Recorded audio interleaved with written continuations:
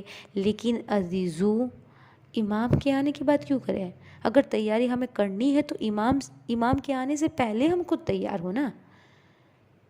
تو چھٹے امام ارشاد فرماتے ہیں کہ اگر تم امام زمانہ کے اصحاب بننا چاہتے ہو، چھٹے امام کہہ رہے کہ اگر تم امام کے اصحاب بننا چاہتے ہو، جو سچا ہے، جو صادق امام ہے، وہ کہہ رہا ہے کہ اگر تم امام کے اصحاب بننا چاہتے ہو تو 3 عمل کرو۔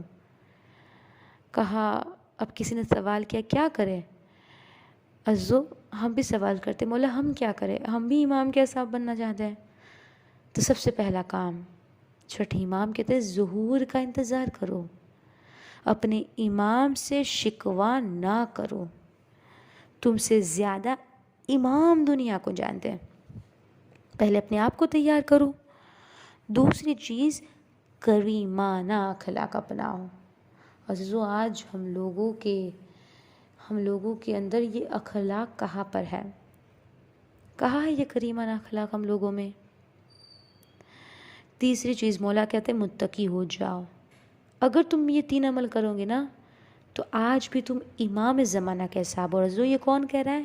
چھٹے امام کہتے ہیں امام تم کو اپنا اصحاب مانیں گے۔ تو عزیزو، آج سے یہ عہد کریں کہ اپنے دلوں کو کھنگالیں گے، ہم امام سے کہیں، ہم خود سوچیں گے کہ ہم امام سے کتنی محبت کرتے ہیں، اور اگر امام کے اصحاب بننا چاہتے ہیں تو یقیناً ہم وہ عمل کریں گے جو ہمارے امام نے ہمیں بتا دیا۔ بس عزیزان محترم، اس درس سے ہمیں یہی پیغام ملتا ہے کہ ہمارا بھروسہ، ہمارا یقین، ہماری امید صرف خدا سے وابستہ ہو، کسی انسان سے وابستہ نہ ہو۔ اور عزیزو، جو امام زمانہ ہمیں کہہ رہا ہے ہمیں یقیناً وہ کرنا ہے۔ ایسا نہیں کہ امام آئیں گے اس کے بعد ہم امام کا ساتھ دیں گے، نہیں عزیزو، تیاری پہلے کرنی ہے۔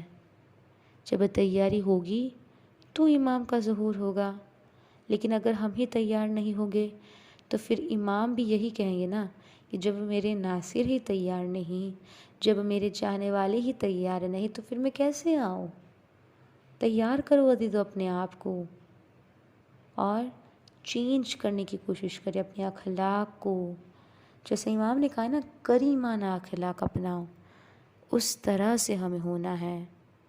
اور ظہور کا انتظار کرنا یعنی جو امام نے کام بتا دیے تو ہمیں وہ کام کرنے ہیں کہ جس سے امام کے آنے کی جو راہ ہے ہم ان کو عزیزان محترم آسان کر سکے۔ بس عزیزو، اپنے امام سے ہمیشہ توسل کرتے رہیں۔ وآخر دعوانا ان الحمد للہ رب العالمین۔